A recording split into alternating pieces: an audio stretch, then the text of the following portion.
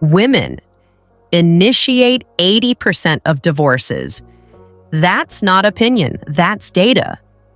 And when most people hear that statistic, they assume abuse, infidelity, or neglect. He must have done something terrible. But the data tells a different story. Studies show only 6% of divorces involve domestic violence. Less than 15% cite proven infidelity. The vast majority? Irreconcilable differences. Grew apart. Not fulfilled. Translation, she wasn't happy anymore, and the system made it easy, profitable, and socially acceptable to leave.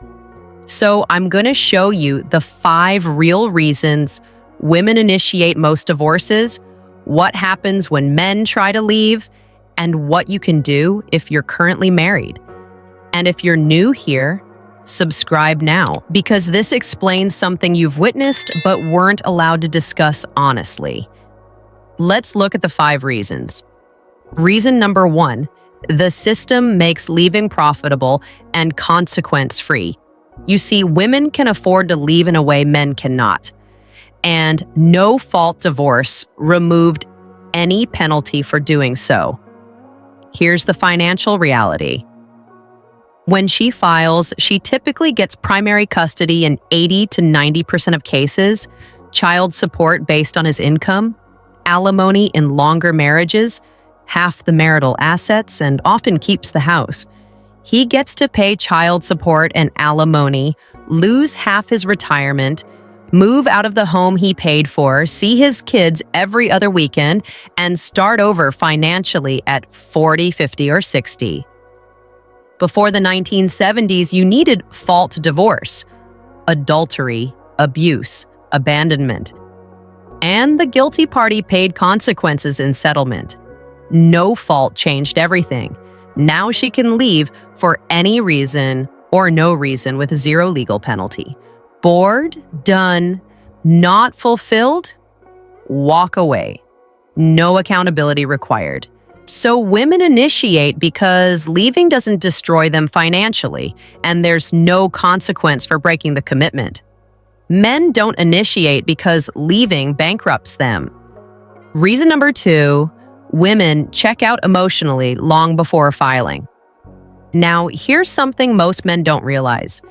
By the time she files for divorce, she's been emotionally done for months, often years. Research shows women process relationship unhappiness differently than men. They talk about it with friends, therapists, support groups. They emotionally detach gradually. They build exit plans slowly.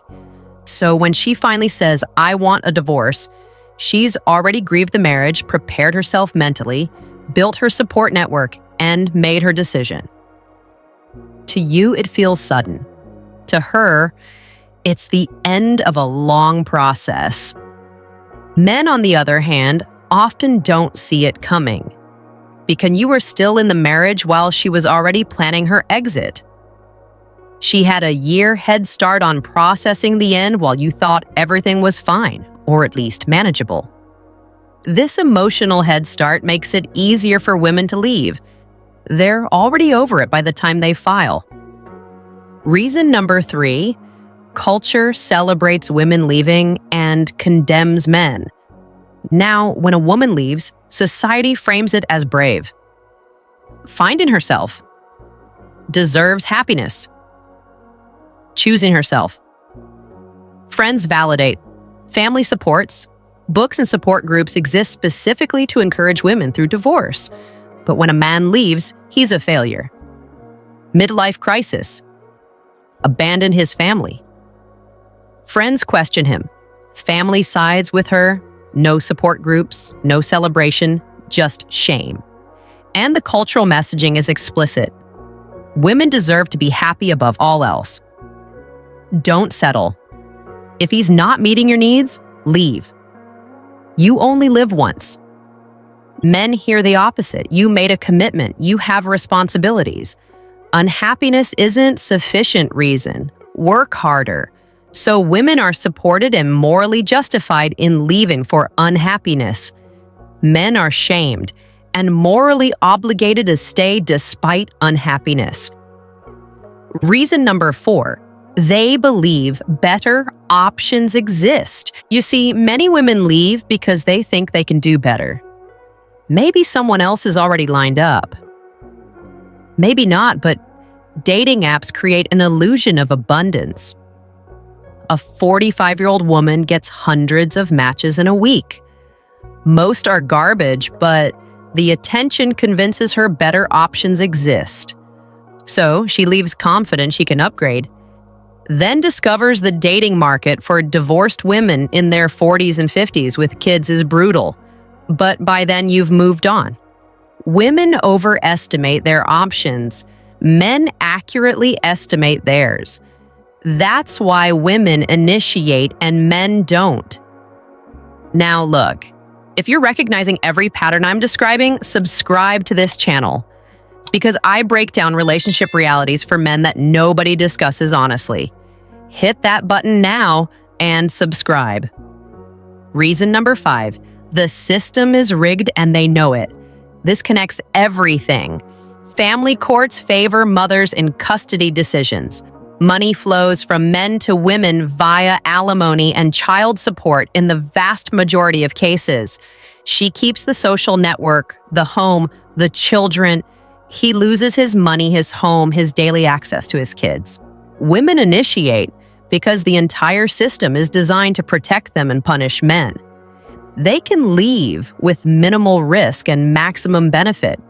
Men can't leave without total destruction. That's not opinion.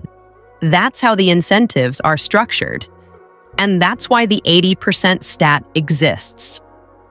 The comparison makes this crystal clear. When a man initiates divorce, financial devastation plus social condemnation plus loss of children plus legal disadvantage. That's why men don't leave bad marriages. Leaving destroys them. Women leave mediocre marriages because leaving benefits them. The 80% stat isn't about women being victims. It's about incentives. So what are you supposed to do with this information? Here's the thing. If you've been divorced and blindsided, now you understand. The system is designed to make leaving easy and profitable for women. The deck was stacked. If you're currently married, you can't prevent divorce if she decides she wants one. But you can reduce likelihood. Stay aware. Feelings fluctuate. Don't mistake current happiness for permanent security. Watch for patterns. Emotional distance. Separate finances. Increased time with divorced friends. Sudden self-improvement. Maintain your value physically, financially, emotionally. Don't let yourself become completely replaceable. Maintain frame. If you become her emotional tampon instead of a man she respects, you're vulnerable. Protect yourself legally.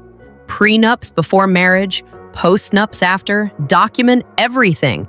Know your state's laws, have a plan. If you're single staying that way, you understand why. You've seen the 80% play out. You've watched men destroyed. The risk isn't worth the reward. The real reason women initiate 80% of divorces isn't abuse, it's incentives. A system designed to reward leaving and punish staying. Cultural messaging, prioritizing happiness over commitment. And until that changes, the 80% stat remains. And before you leave, subscribe for more honest talk about relationship dynamics for men over 60. And share this with men who need to see it. And tell me, if you've been divorced, what reason did she give you? I'm Avery Scott, and I'll see you on the next one.